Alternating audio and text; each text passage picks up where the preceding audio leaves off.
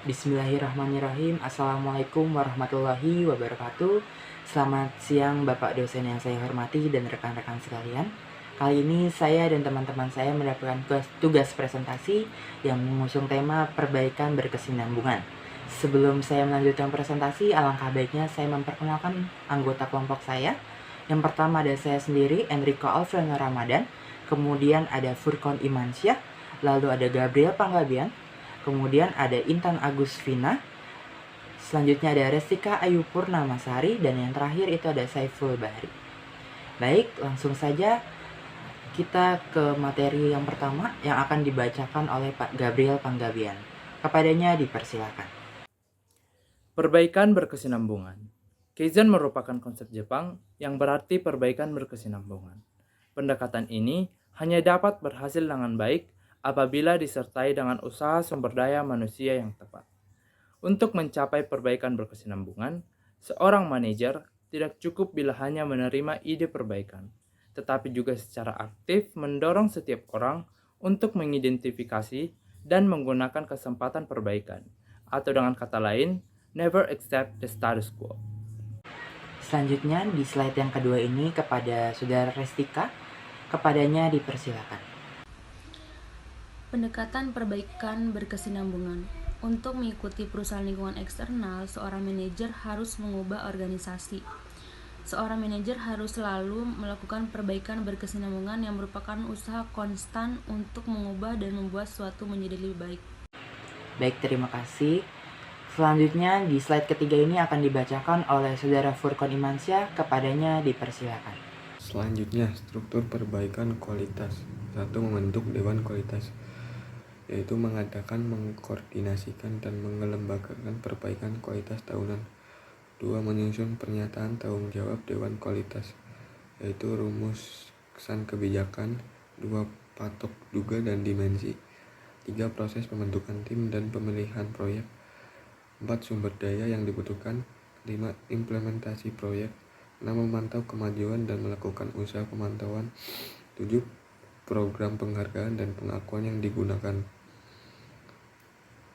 3. Membangun infrastruktur. Infrastruktur kualitas diperlukan untuk mendukung usaha perbaikan yang dilakukan.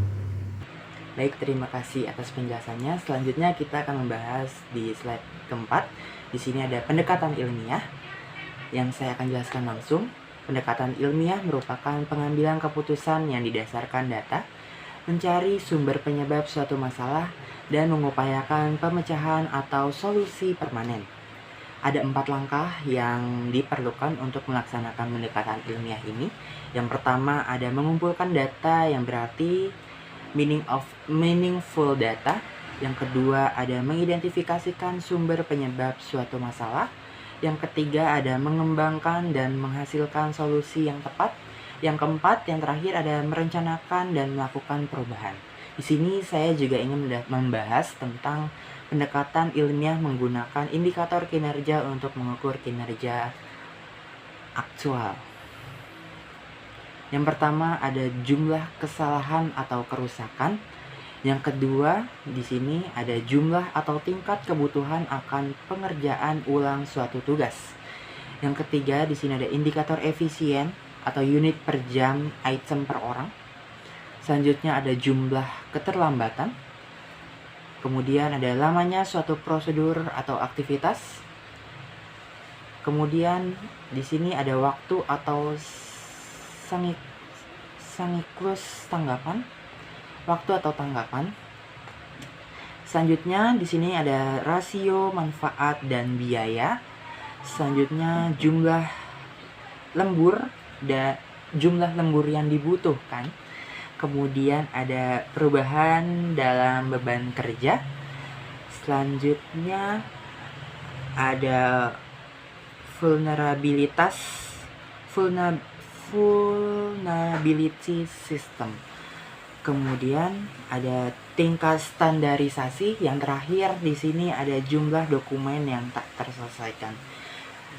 Itulah yang kita bahas di slide 4. Kemudian selanjutnya di slide 5 yang kemudian akan dijelaskan oleh Saudari Intan Agusvina, kepadanya dipersilahkan.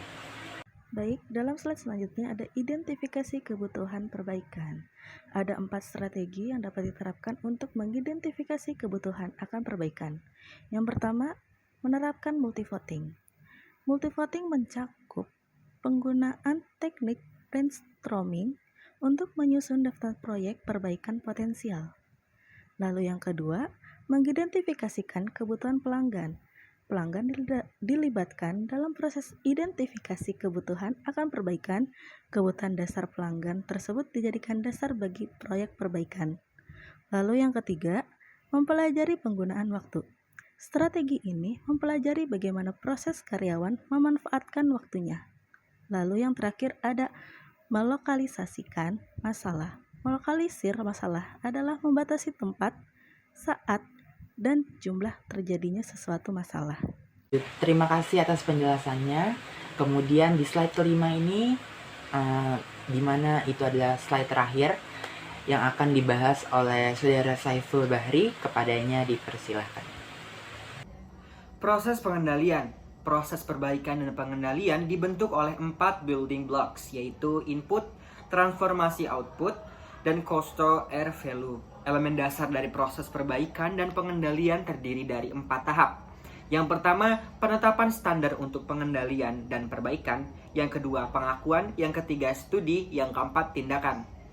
Penerapan pengukuran studi tindakan pada keempat titik merupakan aspek pengendalian kerja, yaitu preliminary control. Preliminary control bersifat preventif untuk menghindari hasil yang tidak diinginkan dan proaktif untuk mencapai hasil yang semakin meningkat.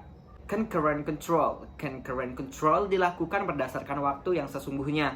Rework control. Rework control dilakukan jika kedua macam pengendalian di atas mengalami kegagalan, sehingga diperlukan pengerjaan ulang terhadap defect dan output yang tidak sesuai target.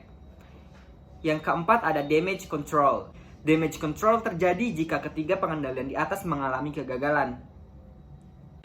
Baik, terima kasih atas penjelasannya. Itu dia slide terakhir yang kita bahas pada presentasi kali ini yang mengusung tema perbaikan berkesinambungan. Kurang lebihnya mohon maaf. Kami dari kelompok 7 pamit. Wassalamualaikum warahmatullahi wabarakatuh.